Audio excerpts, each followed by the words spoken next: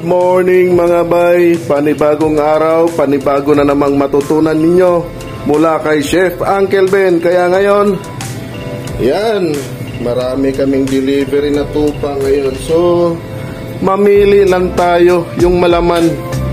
Tapos, gagawin natin itong litson tupa. Yan, tama yung narinig nyo, litson tupa. Kaya samahan nyo ako guys. Kung bago ka pa lang sa aking channel, please subscribe, hit the bell button para magiging updated ka sa aking susunod pang mga video.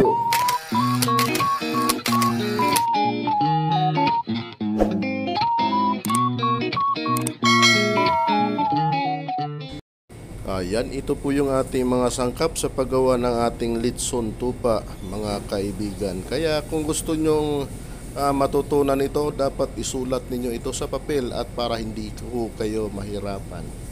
Ayan.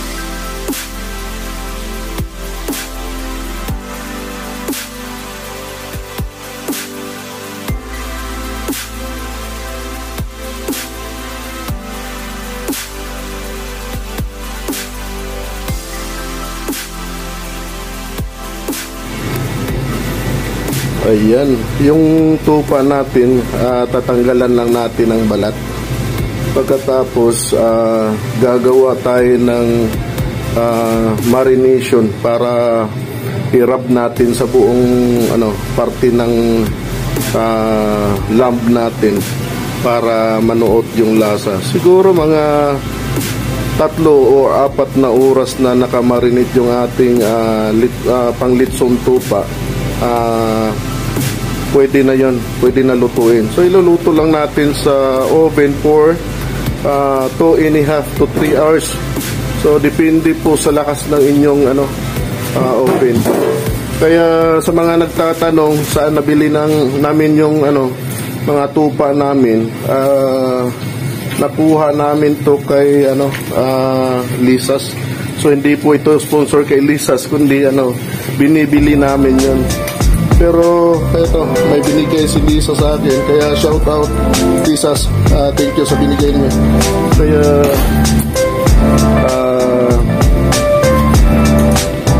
Merry Christmas in advance.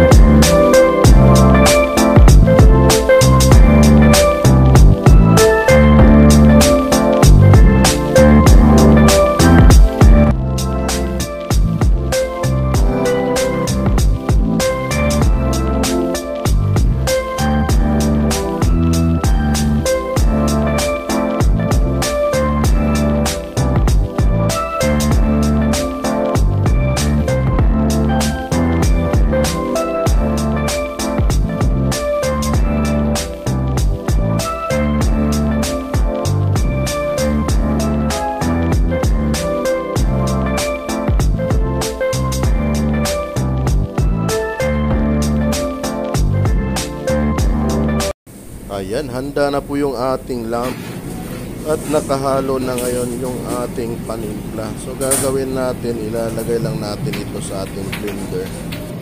Kailangan lang natin durugin para kakapit dun sa ating karne. Ayan, tapos na natin na blender. At ipapahid na natin dito sa ating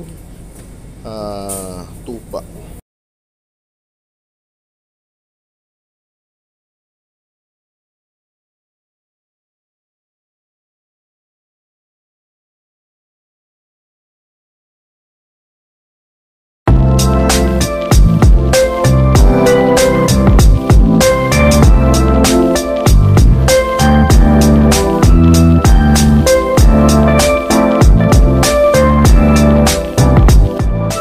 magandang hita, bubutasin lang natin, hihiwain lang natin at lalagyan natin ng marination para papasok talaga yung lasa sa laman.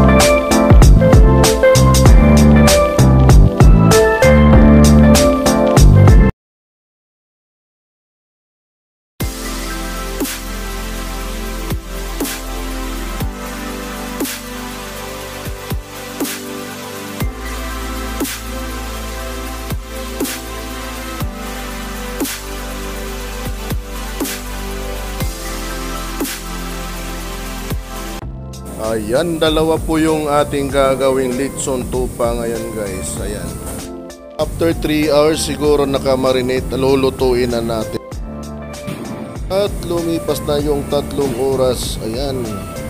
Prepare na natin para isalang sa oven. Ayan, madlang people, it's showtime. Tingnan nyo yung setup namin ngayong araw na to. Araw ng linggo. Yun. At hindi pa huli yung ating litson tupa, syempre. Ayan, dito yan sa ating carving station. At syempre di pa huli yung ating Japanese station guys. Ayan.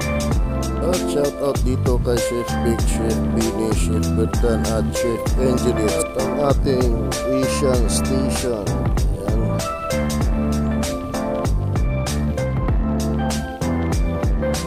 Susunod itong ating Italian station. Ayan.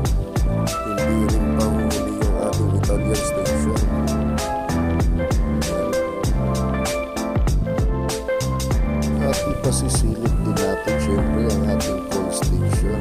Ayan.